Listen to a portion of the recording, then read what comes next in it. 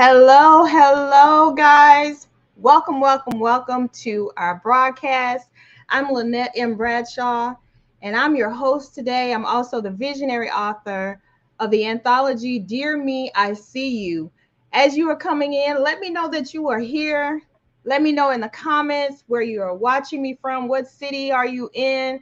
Because we want to shout you out. If you didn't know, tonight we are here for a author spotlight. That's right. I am speaking to one of the co-authors of the anthology, Miss Kimberly Norris. If you read the caption, when you heard about this event, you heard me say, let me reintroduce you to her. Because if you knew her before she decided to write this book, it's time for you to get to know her all over again. Because guess what? She's different. Yes, she's different. So thank you again for being here. And one of the ways that you can support Kim tonight is sharing out this broadcast, saying hello to her in the comments, and engaging with us. If you have questions, put those in the comments and I'll try and get to them to answer them or have her to answer them for you.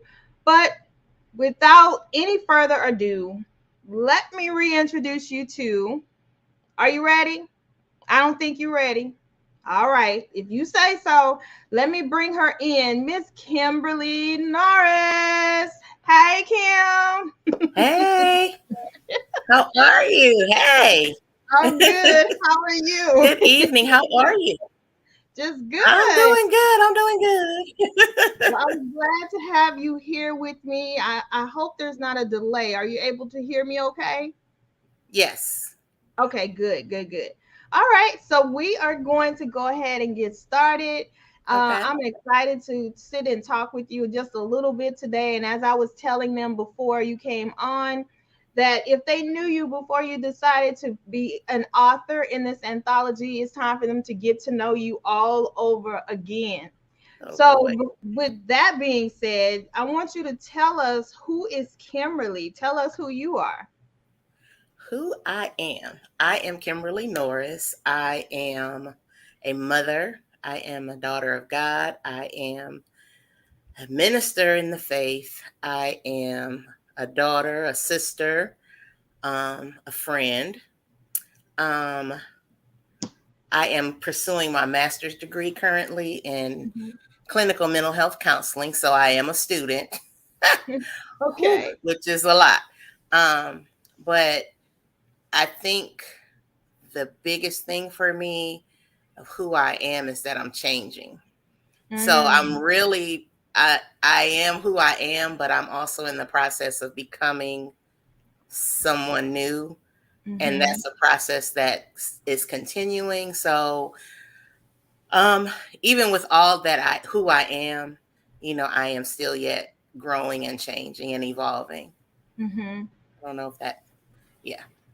Yes, So, yes, yes, yeah, yes. yes. And you know something, I totally understand that because I feel like I am in a place of pivoting, Hmm. releasing, and becoming.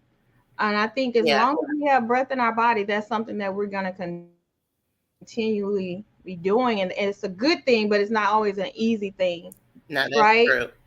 That Um, is true. but you know, with you studying for your master's, you had a lot on your hands, in your hands already, that was taking up your time and attention. But you said yes to being a co-author in Dear Me, I See You. So I want you to just tell us, why did you decide to say yes to becoming an author now? Well, there has been something that's been inside of me that I needed to do. Um, um, and from my experiences, I knew that there was something that I should be writing, but I'm like, I have as many times as I tried to start it, it was like, yeah, I can't do this right now. And it could have been a part just because of me and not ready to be transparent or, whatever. But when we were talking about it and you mentioned it to me, the first thing I think that captivated me was the title, Mm, because there are times in my life when I didn't feel seen. And so it was kind of like, okay. And and I remember, some of the things that we went through as we were getting to the point where we were even going to start. And I was kind of like, whew, maybe not. And okay, I'm going to do it. I can do this. Mhm.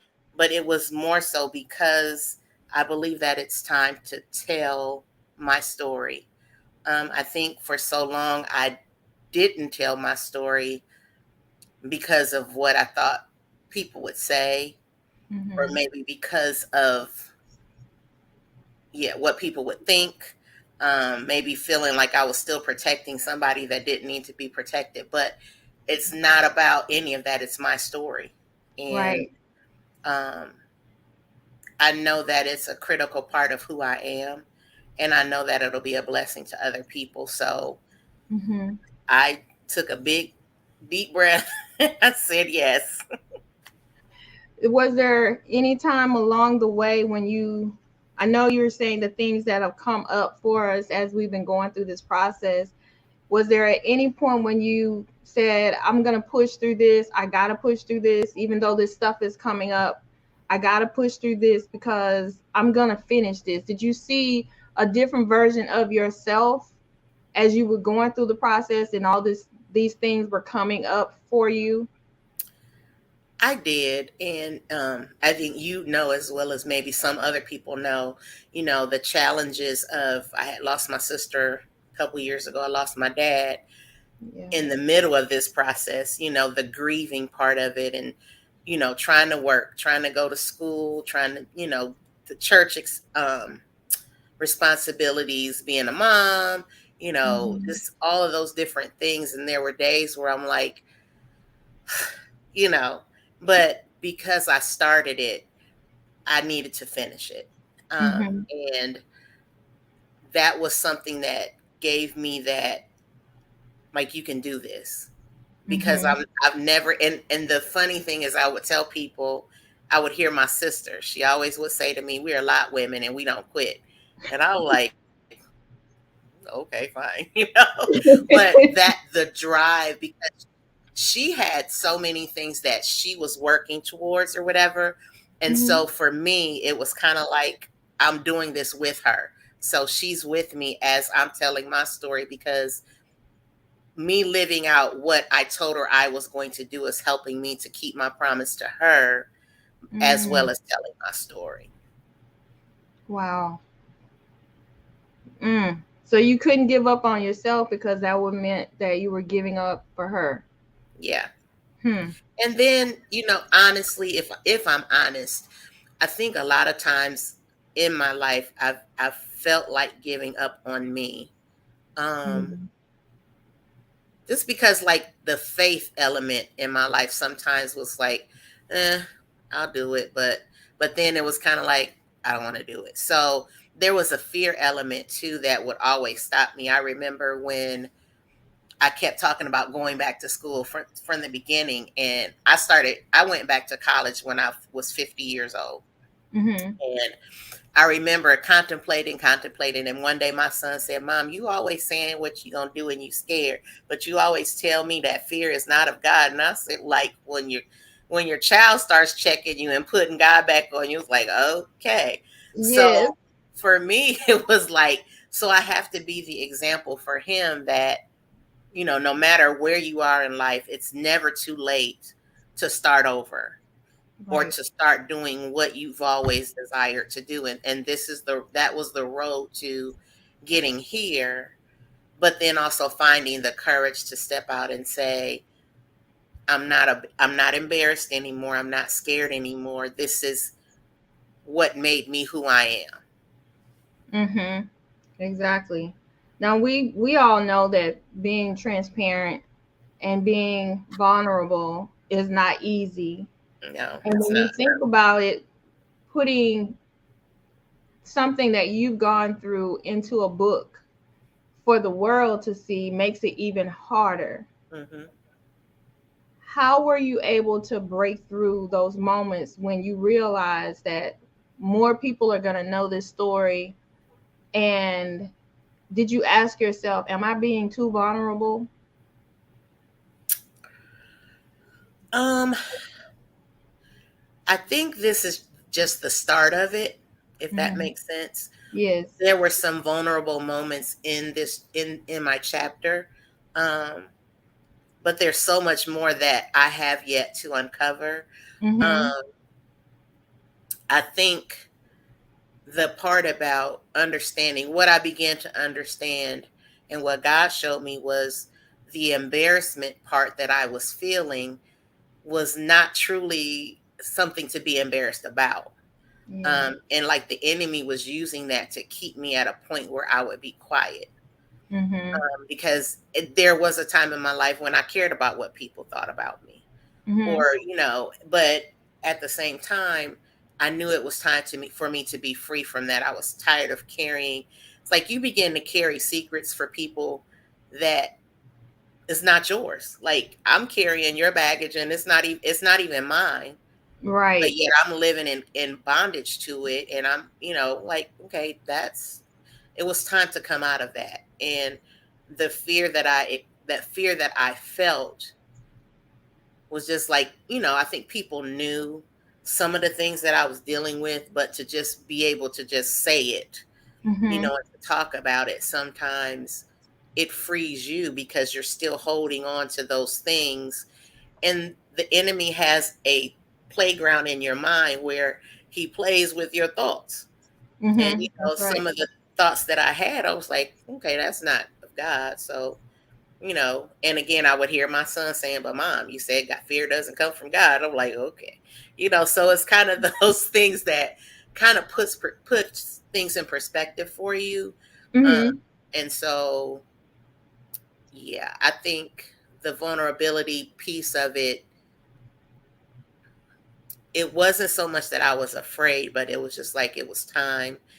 And some people may understand, some people may not, but it's not their story. So, Exactly. Exactly. I have found in my writing, I think the first book that I wrote, I was my greatest concern then was what are the people that I'm including in this story gonna think? And that primarily were my parents. And mhm, then it was other people because when you're sharing your story, there are people that are gonna come up. There are yeah, people that are not going to want to hear what they've done or how they've been a part of your story. And the thing that, like you said, is that you have to remind yourself that this is my story, this is my journey, and mhm, this is me helping myself. right, And that's a powerful thing to be able to push past not being concerned about what people say or what they think about it, because people are going to have something to say regardless of what you true, do. But going through the different things in our lives and then coming to a place of healing, a place of transformation. And we all know that there are so many different layers to us that, like you were saying, this is only the beginning. Because as you write, as you share, as you become vulnerable to you and begin to see you, it's going to open up more. So there are more books in you. mhm, And our journeys are so powerful that even though we think that it's just about this topic, when we start peeling things away, there's yeah, other parts that become another book, another volume of it. And we have to keep writing because it is therapeutic and it's life changing. It's life changing to yes, us as we write. yeah. So I wanted you to tell us, what is the title of your chapter? So the title of my chapter is Stop Compressions. It's Done. Time of Death. Time of Death 2006. Now I have to tell you, when I first received your chapter and I saw that title, I was like, "Oh my god." Oh my God. Because you had shared with me previously what, not the book, but about what you had gone through. And so when I Yeah. saw that title, I was like, man, that's powerful. Do you want to share just a little bit with us? Maybe not the whole thing, but what is that chapter relating to? What is it about for you? So that was during the time that I was making the decision whether or not to stay in my marriage. Um, contemplating divorce. My son was, I think, 6, maybe 7 at that time. Um, but I realized that where I was not healthy for me. Mm-hmm. Um, what I needed, I was not getting. And you know, I didn't. When you think about getting married, I didn't get married to have a divorce, get a divorce, whatever. Mm-hmm. But there were things that were happening that, you know, when God said it was time, it was like doors just opened and things just started falling into place. And I Mm-hmm. was like, okay. So the day that when I made the final move away, it was 2006. And so that at that point, that life died. Mm. I still had the baggage and I still had those different things that were with me. But then I was going into a new life, just me and my son, um, which at that point, my main focus was not on me, it was on my son to make Mm-hmm. sure that he was okay. Because as a 7-year-old, you don't understand why mommy and daddy can't be together or why mommy and daddy don't live together. And certain things he was not at an age to understand um, Mm-hmm. why that was happening. So for me, it was dead at that point. Like I remember moving, and my dad came down to help me move. And I remember one of the things that he asked me, he was like, "Are you done?" Hmm. And I said, "Yes, sir, I'm done." And he said, "Okay." My dad was the type of man who was like, as long as you have a man in your life, you shouldn't have, I can't help you do or what you need. But at that moment, like he stepped back into that father protector role because now it's just me and my son. Mm-hmm. So I realized that when I left, I knew that it was time to go, and I knew that once I left, there was never going to be a time to go back. So when you think about compressions, I'm just looking at my medical background. Hmm. Um, when you give compressions, you're trying to keep the heart beating. You're trying Hmm. to keep everything flowing. Hmm. You're trying to make life where it seems that it's not life anymore. Yeah. And when you saying time of death, stop, you were truly finished. Yeah. There was no more life to it. You were not trying to make the heart beat in that Absolutely. situation. It was It done was when you done. said stop compressions. Hmm. That is powerful to me. Yeah, because I That is think we powerful. in situations in general in life, we try to make things stay alive. We try Yes. to make things work. We try to keep things going. And sometimes God has called us out of that. But because we're so, like, I never wanted to get, a divorce. My parents didn't get divorced, and I'm like, because then in my mind it's like I'm a failure because I couldn't make my marriage work. But again, that was another trick of the enemy because I can't make a marriage work by myself. There has to be two people working for it. So it was time to stop putting so much into that because wasn't putting the same energy into me. Right. Like I was doing that, making sure my son was okay. But in the midst of all of that, I was dying. Right.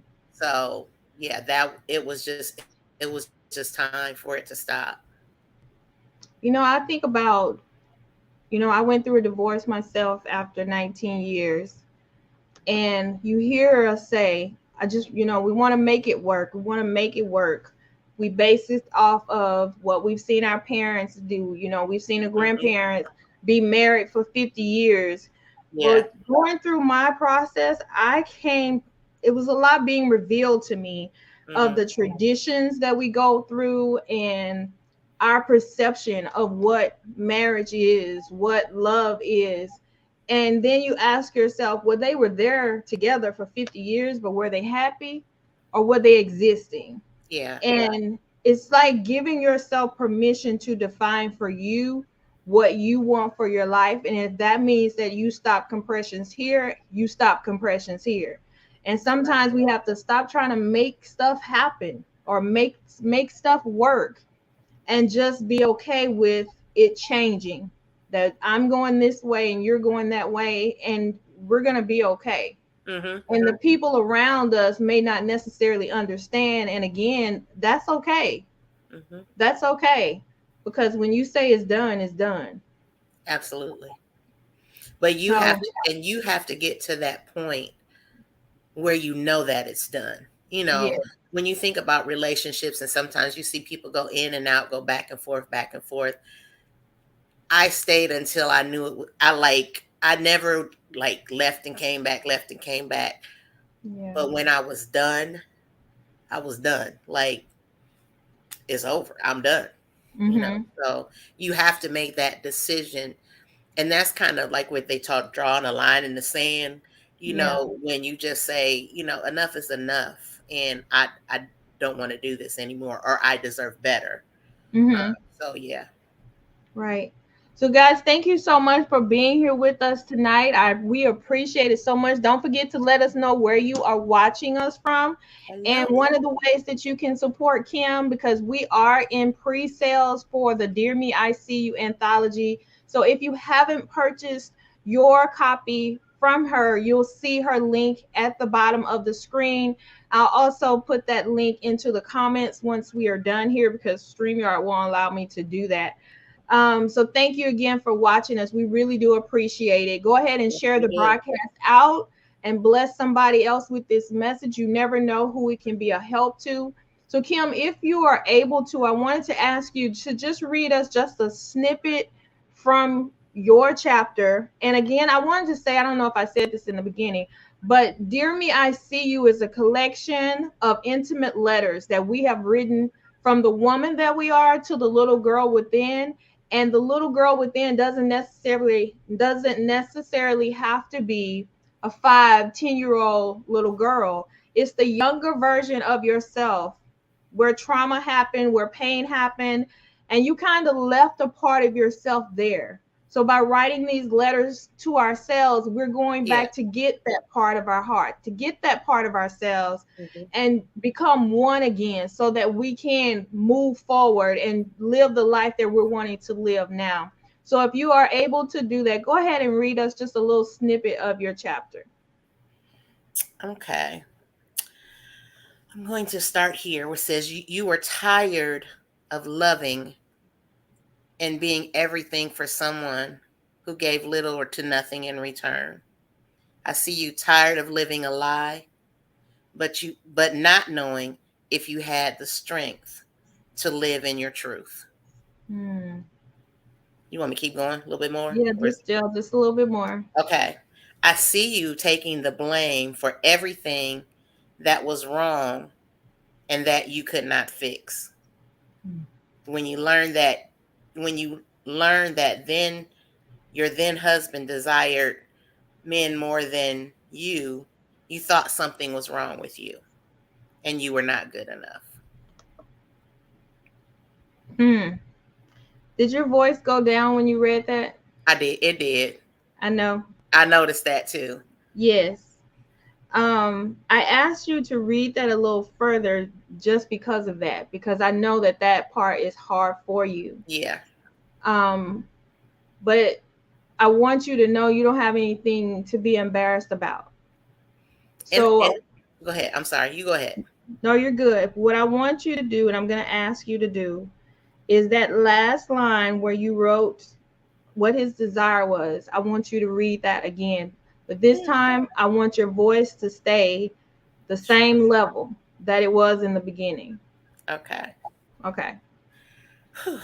When you learned that your husband desired men more than you thought something was wrong with you and that you weren't good enough. Mm-hmm. Did that feel more powerful to you? It did. Yeah. It did. It did. It's This is, always it's go ahead. always been a, like, it, but I, Mm-hmm. I don't ever talk about it. So, Yeah. you know, yeah. Yeah. But So, it's part of taking my power back. Exactly. And I hope you forgive me for pushing you to read it again. You don't forgive me. But I know how shame and embarrassment can silence us. Yeah. And it can just be one word that makes our tone go down, makes it make us feel like we haven't healed, we haven't moved forward, we're in that space. But each time that we speak, when everything inside is saying be quiet, we're gaining our power back. Every Yeah. time you hold your head up high, the same way you started reading, and when you got to that point, you hold your head up high and you say it out loud, you're taking your power back. So that's why I wanted you to read that again, because I know that's not easy, but today you're taking your power back, and I'm proud of you for doing that. Absolutely. Thank you. It You're feels welcome. it feels good. Yeah. Good. Yeah. You know, I'm the coach that you may not like tomorrow, but we're gonna Yeah. push through Yeah. it. We've Oh had those discussions. yes, yes. So, I am really, really proud of you. Um, this is the first time that you are publishing a book, and I also want them to know that not only did you say yes to writing in this book, becoming a first time author, but you also during this process became an international author for the first time. How Yeah, does that feel? I did. That felt wonderful. It whew, it's kind of surreal. Like, Mm-hmm. and when you think about, like, when I think about all the time that I kept saying I need to do this, but I can't, or I don't think I should. But Mm-hmm. then when I just sat down and I gave it to God and He just allowed the words to flow, Mm-hmm. because there's so much healing that needs to take place because um, we hold so much in, Yes. especially we as women, because, and as Black women, you Yes. know, the ability to be vulnerable sometimes is taken away because of the stereotypes that we have as Black women. But it was just time, and Yeah. I knew that everything that I was saying yes to was going to allow a level of healing to come that needed to come, but hadn't Mm-hmm. come before. Right. Right. Oh goodness, this is good. This is good. So we have a few comments here. I'm gonna go ahead and let you see those. If you haven't seen them, you have people that are supporting you. Oh, thank Um, you. they are Emilio says blessing ladies. Hello, Tracy says, Amelia. wow, you're our co-author is supporting you here tonight. All Hey, right, Miss sis. Tracy. Hey, She says, I sis. love it. Oh my goodness, look at women supporting women. I love that. Come Yes, on through. yes, She says, I love yes. it. She says, so true. This is really, really good. She said, great job, Kim. Thank you, sis. Oh I my gotta go goodness. back and watch hers because I don't know what I was doing last night. I think I was doing homework. I don't know. Oh my Thank goodness. She you, says, sis. you are good enough, sis. You are enough. Yes. She said, Amen. that's good, powerful, and congratulations on becoming an international author. Tracy also became an international And author. congratulations to you as well, Tracy. Oh, oh my goodness. All righty. So I promised you that I wasn't gonna, like my pastor used to say back home, I promised you I wasn't gonna be here long, so I'm gonna keep my word. It's been a pleasure to talk to you tonight. Thank you so much. You guys, like I was Thank saying you so much. earlier, if you have not supported Kim, we are currently in pre-sales for Dear Me, I See You. And one of the ways that you can support Kim is by using her link at the bottom of this video and ordering your copy of Dear Me, I See You. You will receive a signed copy from her. The book is due to be released officially in September, but I know that she would love to have your support Yes. by purchasing your copy. So, Kim, I'm going to say thank you so much again for joining me tonight. And I Thank you look for forward to having talking to me. you again, okay? All right. Have a great All right. evening. Thank you so You, much. you are welcome. All right, guys. Thank you again. This has been good. if you came in at the end, I want you to go back and listen to it over again. What she is sharing about her topic is so amazing. It's something that many people wouldn't talk about. It's, you know, it's about divorce, but it's about something so much deeper. And she decided that it was time for her to see herself again. And as you saw during our conversation, she stepped into another level of vulnerability and transparency. And I know that someone else is going to be able to benefit from that, because that's what we do when we are vulnerable, when we are transparent, and we share our story. Not only is it for us, but it's for those that are hearing it and that are ready to step forward and do the same. So, guys, that's all that I have for you. I'm going to go ahead and put up her information here on the screen so that you can have her link to order. And until next time, I will see you guys later. Hold on, it didn't show y'all. Where'd it go? Hold on. Technical difficulties. Let's see. There we go.